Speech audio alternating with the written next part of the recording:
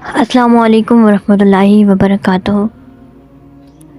دوستو، جیسے کہ میں نے پچھلی ویڈیوز میں آپ لوگ کے ساتھ دعوت اسلامیہ کے پہلے 2 ادوار شیئر کیے، آج کی ویڈیو میں دعوت اسلامیہ کا تیسرا دور آپ لوگ کے ساتھ شیئر کروں گی، اس کی ڈیٹیلز، یعنی کہ کھلی اور عام دعوت۔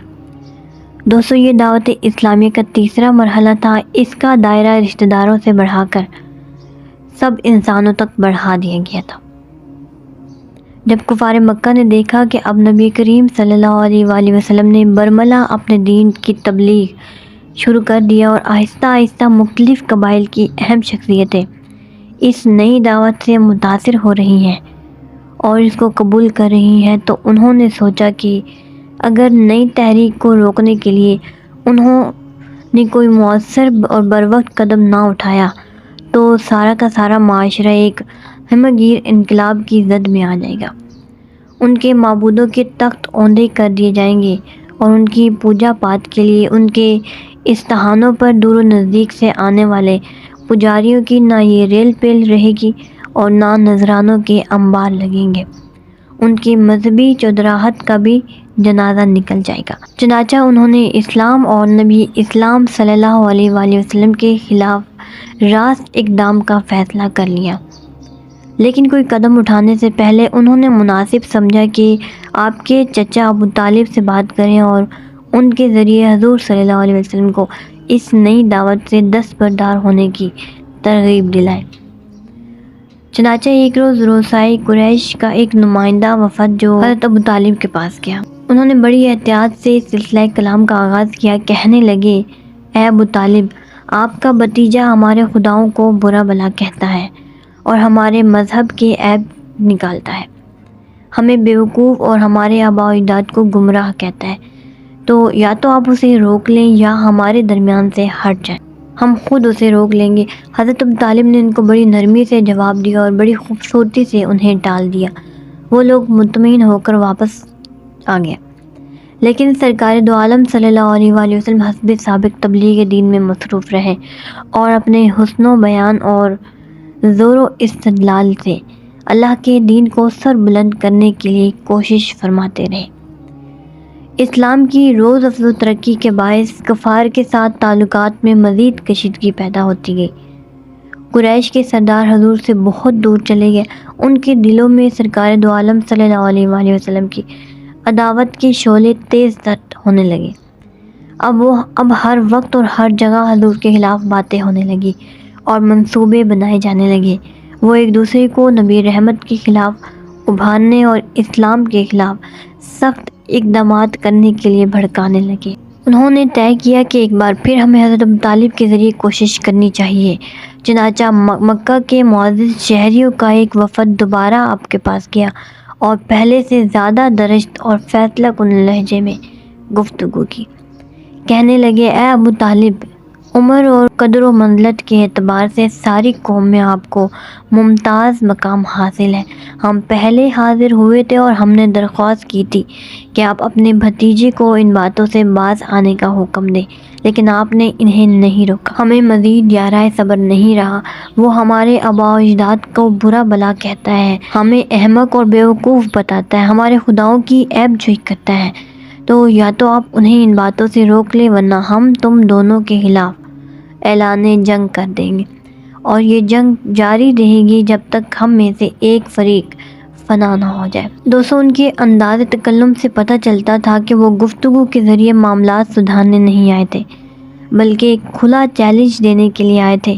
ان الفاظ میں دھمکی تھی اور حضرت ابو طالب کا کوئی جواب سنے بغیر وہاں سے اٹھ کر چل دیے۔ حضرت ابو طالب کو اس دھمکی سے بڑا دکھ ہوا اور اس پیرانہ سالی میں وہ ساری قوم سے دشمنی موہ لینا نہیں چاہتے تھے، لیکن وہ اس بات پر بھی تیار نہ تھے کہ حضور کی نصرت و اعانت سے دستکش ہو جائیں اور حضور کو کفار کے رحم و کرم پر چھوڑ دیں۔ حضرت ابو طالب نے آدمی بھیج کر حضور کو اپنے پاس بلایا اور اس گفتگو سے آگاہ کیا جو ان کے درمیان اور اس وفد کے درمیان ہوئی۔ واپس جانے سے پہلے انہوں نے جو دھمکی دی تھی اس کے بارے میں بتایا اور پھر کہا، اے جانیہ، مجھ پر بھی رحم کرو اور اپنے آپ پر بھی۔ مجھ پر ایسا بوجھ نہ ڈالو جس کو اٹھانے کی مجھ میں ہمت نہیں۔ اپنے چچا کی یہ باتیں سن کر نبی کریم کو یہ خیال گزرا کہ شاید ابو طالب آپ کی مدد اور تعاون سے دست سے کش ہونے والے ہیں۔ اب ان میں سکت نہیں رہی کہ مزید حضور کے کندھے سے کندھا ملا کر کھڑے ہو سکے۔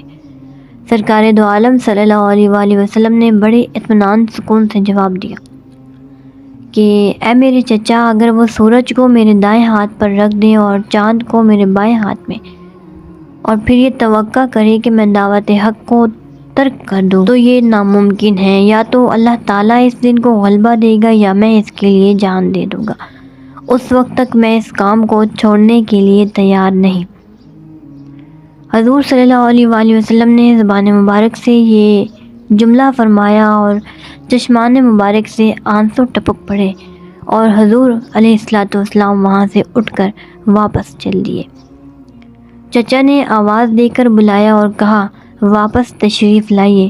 حضور واپس تشریف لے آئے۔ چچا نے کہا، اے میرے بھتیجے، آپ کا جو جی چاہے کہیے، بخدا میں آپ کو کسی قیمت پر کفار کے حوالے نہیں کروں گا۔ اور چند شعر کہے، جن میں سے ایک یہ ہے کہ بخدا یہ سارے مل کر بھی آپ تک نہیں پہنچ سکتے جب تک مجھے مٹی میں دفن نہ کر دیا جائے۔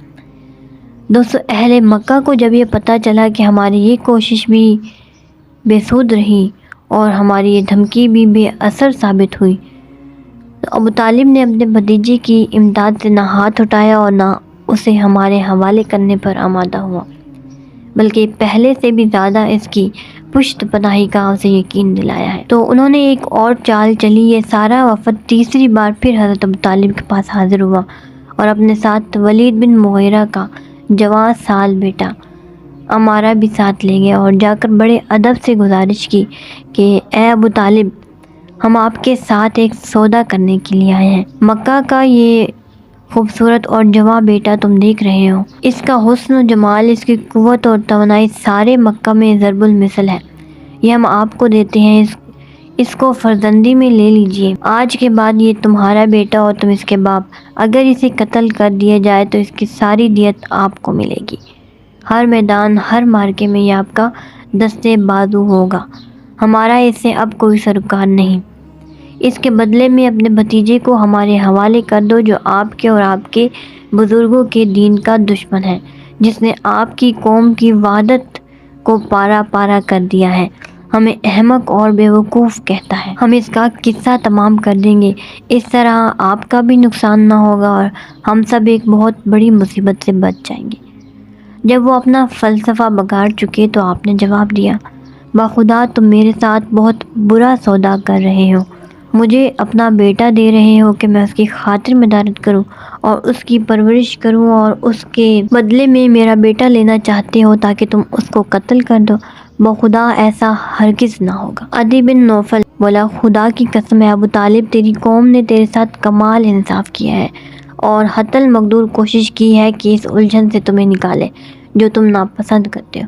تم نے ان کی یہ منصفانہ پیشکش ٹھکرا کر یہ ثابت کر دیا ہے کہ تم ان سے کسی قیمت پر مفاہمت کے لیے تیار نہیں۔ حضرت ابو طالب نے فرمایا، اے نوفل، میری قوم نے ہرگز میرے ساتھ انصاف نہیں کیا، البتہ تم نے میرا ساتھ چھوڑ دیا ہے اور میرے خلاف ساری قوم کی مدد کی ہے۔ یہ بہت بڑی زیادتی ہے۔ دن بدن کشیدگی میں اضافہ ہوتا گیا، حالات سنگین سے سنگین تر ہونے لگے، عداوت کی آگ تیزی سے بڑھنے لگی، ایک دوسرے کی کھلم کھلا مخالفت ہونے لگی۔ حضور سرور عالم صلی اللہ علیہ وآلہ وسلم کے کئی قریبی رشتہ دار بھی حضور کی مخالفت میں پیش پیش۔ اس تکلیف دہ ماحول سے متاثر ہو کر حضرت ابو طالب نے ایک قصیدہ لکھا جس میں اس طوطا چشمی پر ان رشتہ داروں کو یاد دلائی۔ اس کے چند اشعار آپ بھی ملاحظہ فرمائیے۔ میں اپنے دو سگے بھائیوں کو دیکھتا ہوں، جب ان سے صورتحال کے بارے میں پوچھا جاتا ہے تو کہتے ہیں ہمارے بس میں کچھ نہیں، سب کچھ دوسروں کے اختیار میں ہے۔ اور ان کے بس میں تو سب کچھ تھا، لیکن وہ دونوں اپنے مقام سے گر پڑے جیسے ذی الگ پہاڑ سے پتھر لڑھک جاتا ہے۔ اور میں خاص طور پر عبد شمس اور نوفل کا ذکر کرتا ہوں، جنہوں نے ہمیں اس طرح دور پھینک دیا ہے جس طرح دکھتے ہوئے انگارے کو دور پھینک دیا جاتا ہے۔ دوستو کفار کا وفد تیسری بار حضرت ابو طالب کے پاس گیا اور امارہ کی پیشکش کی جسے آپ نے حقارت سے ٹھکرا دیا تو حالات اور کشیدہ ہو گئے اور کفار نے متحد ہو کر اسلام اور پیغمبر اسلام کی مخالفت کے پروگرام بنانا شروع کر دیے۔ حضرت ابو طالب نے محسوس کیا کہ میں تنہا کفر کی اجتماعی الغار کو نہیں روک سکتا، چنانچہ آپ نے ایک قصیدہ لکھا ہے۔ اس میں بنو ہاشم اور بنو مطلب کی غیرت کو للکارا، جس طرح دوسرے قبائل حضور کی مخالفت اور عداوت میں متحد ہو گئے ہیں، ہمیں بھی آپ کے دفاع کے لیے متحد محاذ بنانا چاہیے۔ دوستو یہ قصیدہ کافی طویل ہے تو میں آپ لوگ کے ساتھ شیئر نہیں کروں گی، لیکن آپ لوگوں کو اس کی تھوڑی سی تشریح آپ لوگ کے ساتھ شیئر کرتی ہوں۔ دوستو اس قصیدے میں حضور علیہ السلام کے خصائل حمیدہ اور اخلاق جمیلہ کا تذکرہ ہے، ساتھ ہی بنو ہاشم اور بنو مطلب کی جو نوجوان تھے پیچھے ہٹے ہوئے تھے ان کو جگانے کی ایک کوشش تھی۔ تو حضور کے دفاع کے لیے بنو ہاشم اور بنو مطلب کے جملہ افراد کو متحد کرنے کی یہ کوشش برابر ثابت ہوئی۔ ان دونوں خاندانوں نے وعدہ کیا کہ وہ حضور کو اکیلا نہیں چھوڑیں گے بلکہ دشمنوں کے ہر وار کے سامنے خود سینہ سپر ہوں گے اور اپنی جان کی پرواہ تک بھی نہیں کریں گے۔ البتہ ابو لہب جو حضور کا سگا چچا تھا، خاندان بنو ہاشم کے ایک سرکردہ فرد تھا، اس نے اپنے خاندان کے موقف کے برعکس حضور کی عداوت میں اپنی ہر چیز داؤ پر لگانے کی قسم کھا لی اور اس کی زندگی کا لمحہ لمحہ حضور کو دکھ پہنچانے اور صحابہ کرام پر ظلم و ستم کے پہاڑ توڑنے میں صرف ہونے لگا۔ آج کی ویڈیو کو یہیں پہ وائنڈ اپ کرتی ہوں اور باقی اپنی رائے کا اظہار مجھے ضرور دیجیے گا اور چینل کو سبسکرائب کرنا مت بھولیے گا۔ ایک نئی ویڈیو کے ساتھ پھر ملتے ہیں۔ تھینک یو سو مچ۔ اللہ حافظ۔